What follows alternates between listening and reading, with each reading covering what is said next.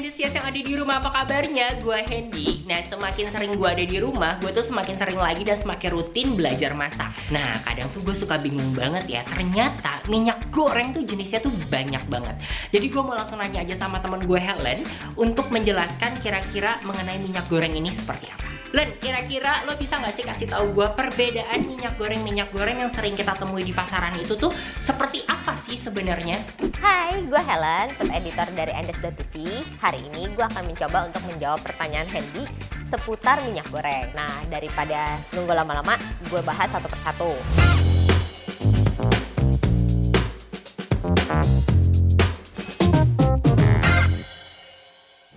Mulai dari minyak goreng yang terbuat dari kelapa sawit. Biasanya kalau dapur rumah tangga itu mengenalnya sebagai minyak sayur atau minyak goreng. Minyak nabati satu ini terbuat dari ekstraksi sabut buah kelapa sawit yang baru dipanen setelah bertahun-tahun masa tanam.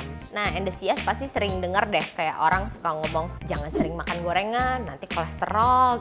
Memang si minyak kelapa sawit ini mengandung dua jenis lemak tak jenuh dan lemak jenuh. Seiring perkembangan teknologi, udah banyak tuh proses penyaringan minyak yang bertujuan untuk menekan kadar lemak jenuh dalam minyak tersebut demi minyak yang lebih sehat.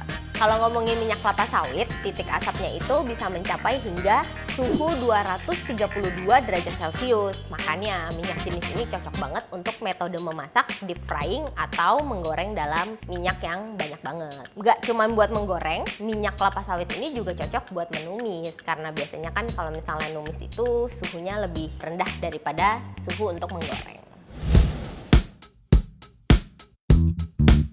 Nah, kalau Indosias masih bingung kira-kira milih minyak goreng yang baik itu kayak gimana gitu. Pertama, perhatiin warnanya. Warnanya itu harus kuning jernih sebelum bahkan sesudah penggorengan. Kalau misalnya dari segi tekstur, walaupun sama-sama berupa cairan, tapi cari minyak goreng yang tekstur cairannya itu hampir mendekati seperti air karena itu biasanya mudah tiris dari masakan. Jadi ya, no kolesterol. Indosias yang udah biasa masak di dapur pasti udah familiar deh dengan yang namanya minyak kelapa. Jangan salah ya, minyak kelapa ini beda dari minyak kelapa sawit yang tadi aku jelasin. Biasanya kalau misalnya kayak sambal matah, itu pakai minyak kelapa buat dapetin aromanya. Atau kamu bisa coba deh sekali-sekali kalau misalnya habis menggoreng ayam, either itu ayam bumbu kuning atau ayam goreng kalasan, sedikit aja setelah matang itu dioles minyak kelapa. Hasilnya bakalan lebih harum pada saat dimakan.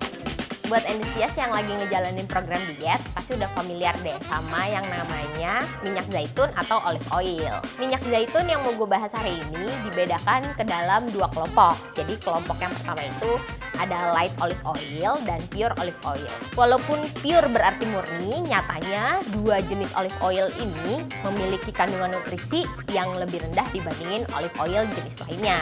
Kedua jenis minyak ini sudah melalui banyak proses filterisasi sehingga menghilangkan aroma dan merubah penampilan warnanya. Jadi warnanya itu ada yang kuning keemasan atau cenderung ke kuning pucat. Light olive oil dan pure olive oil memiliki titik asap sekitar 240 derajat Celcius. Jadi kedua jenis minyak ini cocok untuk menggoreng atau bahkan memanggang.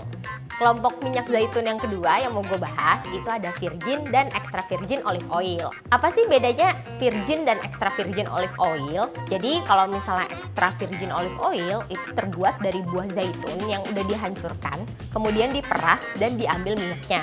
Emang gak melalui proses penyaringan atau proses pemanasan lanjutan. Kalau virgin olive oil itu sendiri merupakan perpanjangan dari extra virgin olive oil yang diproses lebih lanjut secara kimiawi untuk memperbaiki kualitasnya. Jadi dari segi umur simpannya juga lebih panjang, terus ketahanannya terhadap sinar matahari atau suhu, kayak gitu-gitu juga lebih better.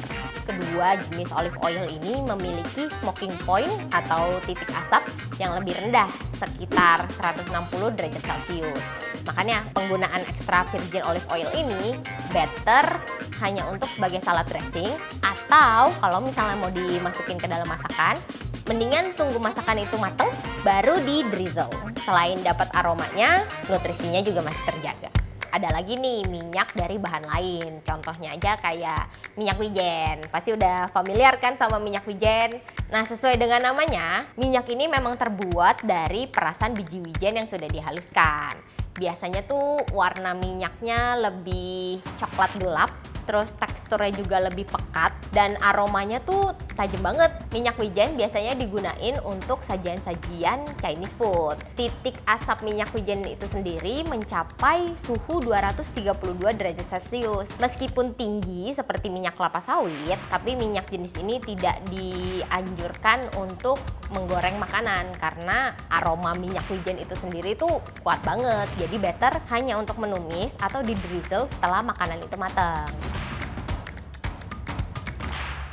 Selain olive oil, bagi yang health concern juga pasti udah pernah dengar yang namanya minyak canola. Minyak ini dihasilkan dari ekstrak biji bunga canola yang memang terkenal bisa menjaga kesehatan jantung serta bisa menekan kadar kolesterol jahat dalam tubuh. Minyak canola ini memiliki titik asap di suhu sekitar 205 derajat Celcius. Jadi cocok untuk menumis. Cuman ada catatan nih, kalau misalnya memasak dengan minyak canola itu sebaiknya menggunakan api kecil atau api sedang. Buat masakan kamu nggak akan mengganggu aromanya sama sekali. Minyak terakhir yang mau gue jelasin itu adalah minyak jagung. Sesuai dengan namanya, minyak ini memang terbuat dari buliran biji jagung. Nah, si minyak jagung ini sendiri kaya akan vitamin E dan menjadi sumber antioksidan yang baik untuk tubuh. Untuk titik asapnya, minyak jagung memiliki titik asap sekitar 230 derajat Celcius. Jadi minyak ini cocok untuk menumis dan menggoreng, tapi dengan catatan sebaiknya menggunakan api kecil atau api sedang. Nah, itu semua jenis-jenis minyak untuk memasak. Semoga abis nonton video ini, Hendy dan Endlesias udah nggak bingung lagi ya, kira-kira minyak apa sih yang bisa aku pergunakan untuk menumis atau minyak apa yang aku harus gunakan untuk menggoreng.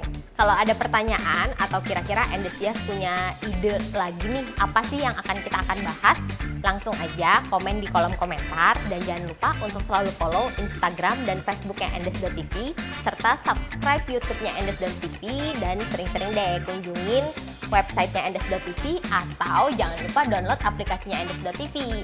Dari aplikasi itu kalian bisa menemukan inspirasi masak sehari-hari setiap hari. Kalau gitu aku pamit dulu sekarang, see you di episode Kitchenology selanjutnya.